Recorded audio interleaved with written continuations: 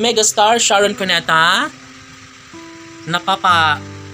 sigaw dahil nga sa galit ngayon na kanyang nadarama dahil sumusobra na ang mga bashers sa relasyon ni Papa P at Christina.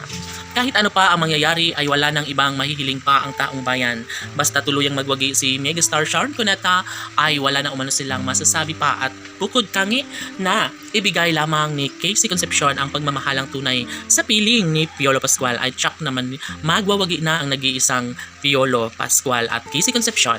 Magwawagi na rin mismo si Megastar Sharon Cuneta. Kahit ano pa ang mga pagsubok ngayon, aminado si Megastar Sharon Cuneta na umuusok na ang kanyang ulo sa galit dahil nga naman sa sobrang paninira ng mga bashers. Napapatalon at napapasigaw ang Megastar Sharon Cuneta dahil nga hindi na niya alam kung ano nga ba ang katotohanan ngayon. Ngunit syempre, naniniwala si Megastar Sharon Cuneta sa mga pagkakataong ito dahil alam niya na kayang patunayan, kayang ibigay ang 100% pagmamahal na kinakailangang mangyayari sa pagmamahalan ni Piolo Pascual at Casey Concepcion. Sabi nga ni Megastar Sharon Cuneta na posible pa rin naman na magwagi si Piolo Pascual dahil alam niya na mahal pa rin si Papa P ni Christina hanggang ngayon. At wala ibang pinangarap si Megastar Sharon Cuneta kung talagang nais ni Piolo Pascual na patunayan sa lahat, bakit hindi?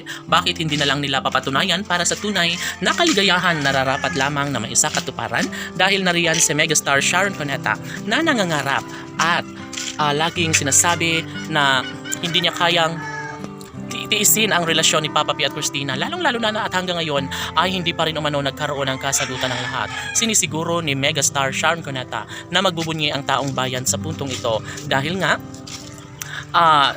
hindi deserve ni Piolo at Casey ang sila ay tuluyang magkahiwalay. Saad pa ni Megastar Sharon Cuneta na sana'y tantanan na sa kakasira ng mga bashers ang relasyon ni Piolo Pascual at Casey Concepcion. Never na ibigay at ilaan ni Megastar Sharon Cuneta ang isang pag-ibig kung talagang desidido at porsigido si Papa P na maipagpatuloy ang kanyang pagmamahal para kay Casey Concepcion. Ay bakit naman? Bakit pa niya pakakawalan ng isang pagmamahalan kung talaga nga namang napakapit si Papa P sa pagmamahal niya kay Casey Concepcion? Of course, si Megastar Sharon Cuneta ay mas lalong nainganyo ngayon sa mga pangako ni Piolo at Casey na sila lamang ang talagang tunay na magkakatuluyan. Mas pabor at mas lalong nagkaroon ng malaking pag-asa, lalo na ngayon na ibinigay na ni Piolo Pascual ang kanilang mga pangako sa isa't isa ni Piolo at Casey na siyang pinaka nagustuhan ngayon ni Megastar Sharon Cuneta.